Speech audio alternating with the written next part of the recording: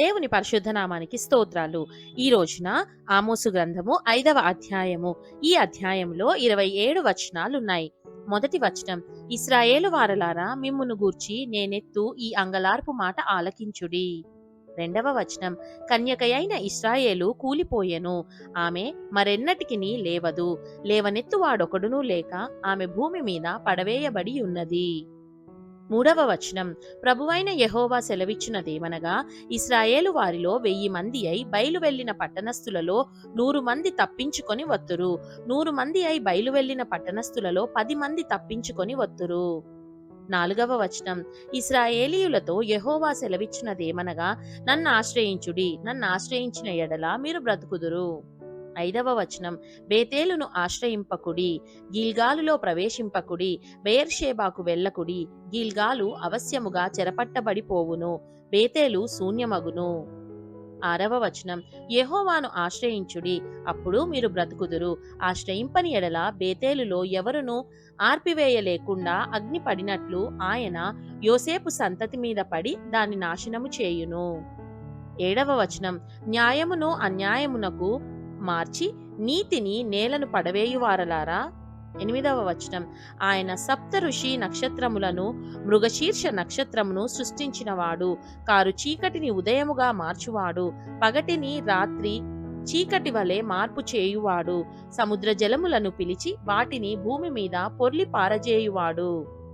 తొమ్మిదవ వచనం, ఆయన పేరు యెహోవా, బలాఢ్యుల మీదికి ఆయన నాశము తెప్పింపగా దుర్గములు పాడగును.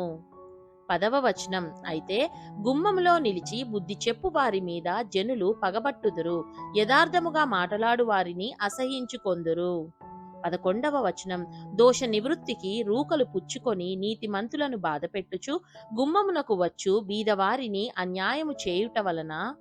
12వ వచనం, మీ అపరాధములు విస్తారములైనవనియు మీ పాపములు ఘోరమైనవనియు నేనెరుగుదును, దరిద్రుల యొద్ద పంట మోపులను పుచ్చుకొనుచు మీరు వారిని అనగద్రొక్కుదురు గనుక మలుపు రాళ్లతో మీరు ఇండ్లు కట్టుకొనినను వాటిలో మీరు కాపురం ఉండరు, శృంగారమైన ద్రాక్ష తోటలు మీరు నాటినను ఆ పండ్ల రసము మీరు త్రాగరు.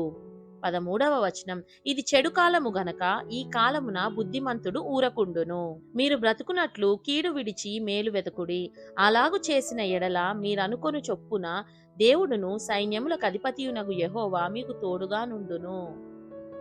15వ వచనం, కీడును ద్వేషించి మేలును ప్రేమించుచు గుమ్మములలో న్యాయము స్థిరపరచుడి, ఒకవేళ దేవుడును సైన్యములకు అధిపతియునగు యెహోవా యోసేపు సంతతిలో శేషించిన వారి యందు కనికరించును.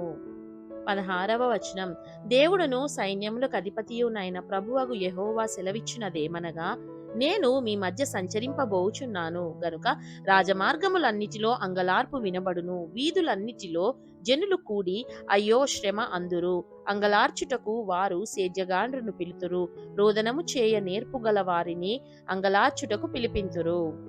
17వ వచనం, ద్రాక్ష తోటలన్నిటిలో రోదనము వినబడును. 18వ వచనం, యెహోవా దినము రావలెనని ఆశ పెట్టుకొనియున్న వారలారా మీకు శ్రమ, యెహోవా దినము వచ్చుట వలన మీకు ప్రయోజనమేమి, అది వెలుగు కాదు అంధకారము. 19వ వచనం, ఒకడు సింహము నొద్ద నుండి తప్పించుకొనగా ఎలుగుబండి ఎదురైనట్టు వాడు ఇంటిలోనికి పోయి గోడ మీద చెయ్యి వేయగా పాము వాని కరిచినట్టు ఆ దినముండును. 20వ వచనం, యెహోవా దినము నిజముగా వెలుగై ఉండదు కాదా, వెలుగు ఏమాత్రమును లేక అది కారు చీకటిగా ఉండదా.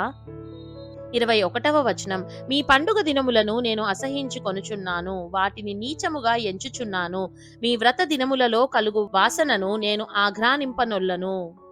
22వ వచనం, నాకు దహన బలులను నైవేద్యములను మీరు అర్పించినను నేను వాటిని అంగీకరింపను, సమాధాన బలులుగా మీరు అర్పించు క్రొవ్విన పశువులను నేను చూడను. 23వ వచనం, మీ పాటల ధ్వని నా యొద్ద నుండి తొలగనీయుడి, మీ స్వరమండలముల నాదము వినుట నాకు మనస్సు లేదు. 24వ వచనం, నీళ్లు పారినట్లుగా న్యాయము జరుగనీయుడి, గొప్ప ప్రవాహము వలె నీతిని ప్రవహింపనీయుడి. 25వ వచనం, ఇశ్రాయేలీయులారా, అరణ్యమందు 40 సంవత్సరములు మీరు బలులను నైవేద్యములను నాకు అర్పించితిరా. 26వ వచనం, మీరు మీ దేవత అయిన మొలెకు గుడారమును, మీరు పెట్టుకొనిన విగ్రహముల పీఠమును మీరు మోసుకొని వచ్చితిరి గదా. 27వ వచనం, కాబట్టి నేను దమస్కు పట్టణము అవతలికి మిమ్మును చెరగొని పోవుదును అని యెహోవా సెలవిచ్చుచున్నాడు. ఆయన పేరు సైన్యములకు అధిపతియగు దేవుడు.